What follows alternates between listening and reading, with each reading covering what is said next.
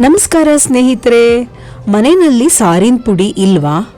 ಆದರೆ ಸಾರನ್ನು ಹೇಗೆ ಮಾಡೋದು, ಅದು ಮದುವೆ ಮನೆಯಲ್ಲಿ ಮಾಡೋ ಥರ ರುಚಿಕರವಾದ ಸಾರನ್ನು ಹೇಗೆ ಮಾಡೋದು ಅಂತ ನೋಡೋಣವಾ? ಬನ್ನಿ. ನಿಮ್ಮದೇ ಆದ ದಿಲ್ ತಡಕ ಚಾನಲ್ಗೆ ಮತ್ತೊಮ್ಮೆ ಆತ್ಮೀಯವಾದ ಸ್ವಾಗತ. ಇದಕ್ಕೆ ಮೊದಲು ನಾವು ಒಂದು ಅರ್ಧ ಕಪ್ಪು ತೊಗರಿ ಬೇಳೆನ ಚೆನ್ನಾಗಿ ಒಂದೆರಡು ಸರಿ ತೊಳೆದು ನೀರಲ್ಲಿ ನೆನೆಸ್ಕೊಳ್ಳೋಣ.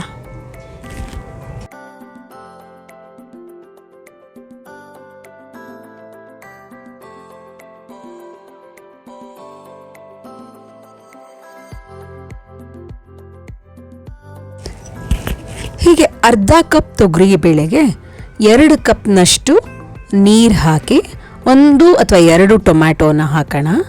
ಆಮೇಲೆ ಅದಕ್ಕೆ ಅರಿಶಿನ ಪುಡಿ, 1 ಚಮಚದಷ್ಟು ತುಪ್ಪ ಹಾಕಿ ಪ್ರೆಷರ್ ಕುಕ್ ಮಾಡಬೇಕು. 2ರಿಂದ 3 ಸೀಟಿ ಬರೋವರೆಗೂ ಕುಕ್ಕರಲ್ಲಿ ಬೇಯಿಸಬೇಕು. ಪ್ರೆಷರ್ ಹೋದ್ಮೇಲೆ ಟೊಮ್ಯಾಟೋನ ಇನ್ನೊಂದು ಪಾತ್ರೆಯಲ್ಲಿ ಹಾಕ್ಕೊಂಡು ಅದಕ್ಕೊಂದು ಸ್ವಲ್ಪ ಬೇಕು ಅಂದರೆ ತಣ್ಣೀರನ್ನ ಬೆರೆಸಿ ಸಿಪ್ಪೆನ ತೆಗೆದು ಚೆನ್ನಾಗಿ ಕಿವುಚ್ಕೊಳ್ಳಿ. ಅದರ ರಸನ ತೆಗೆದಿಟ್ಕೊಳ್ಳಿ.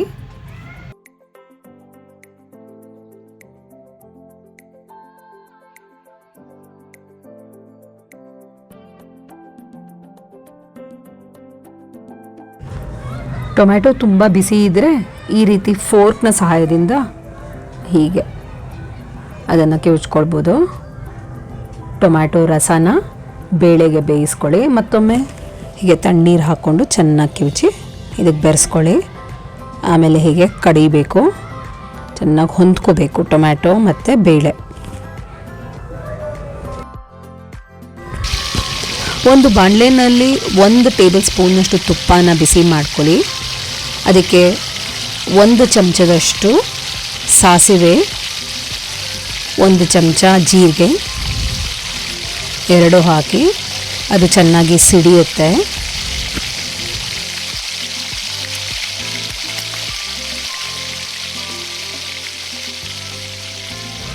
ಅದಕ್ಕೆ 1 ಟೇಬಲ್ ಸ್ಪೂನ್ ಧನಿಯಾ ಪುಡಿ ಹಾಗೂ 1 ಟೇಬಲ್ ಸ್ಪೂನ್ ಜೀರಿಗೆ ಪುಡಿ. ಜೀರಿಗೆ ಹುರ್ಕೋಬೇಕು ಅಂತ ಏನೂ ಇಲ್ಲ.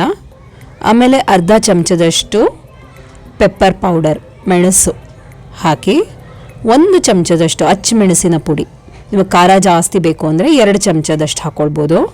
ಆಮೇಲೆ 1 ಚಮಚ ಅರಿಶಿನದ ಪುಡಿ, 1/4 ಚಮಚ ಹಿಂಗು.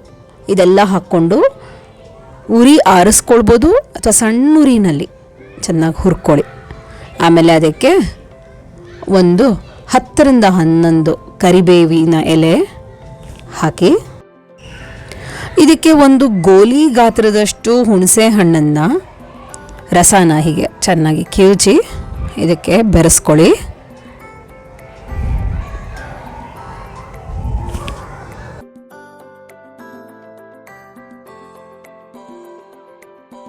ನಂತರ ಇದಕ್ಕೆ 1 ಚಮಚದಷ್ಟು ಬೆಲ್ಲದ ಪುಡಿ ಹಾಕಿ, ಇನ್ನೂ ಸಿಹಿ ಬೇಕು ಅನ್ನೋರು 2 ಚಮಚ ಕೂಡ ಹಾಕ್ಬೋದು, ಇನ್ನೂ ರುಚಿಯಾಗೇ ಇರುತ್ತೆ ಆಗ. ಇದನ್ನು ಒಂದು ಸ್ವಲ್ಪ ಹೊತ್ತು ಹೀಗೆ ಕುದಿಯೋದಕ್ಕೆ ಬಿಡಿ. ಘಮ್ಮಂತ ಪರಿಮಳ ಬರುತ್ತೆ.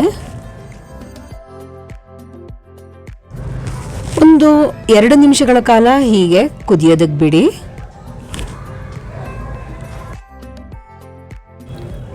ಇದಕ್ಕೆ ನೀವು ಬೇಯಿಸಿಟ್ಕೊಂಡಿರೋ ಟೊಮ್ಯಾಟೊ ಮತ್ತು ಬೇಳೆ ಮಿಶ್ರಣನ ಹೀಗೆ ಬೆರೆಸಿ ಚೆನ್ನಾಗಿ ಮಿಕ್ಸ್ ಮಾಡಿ.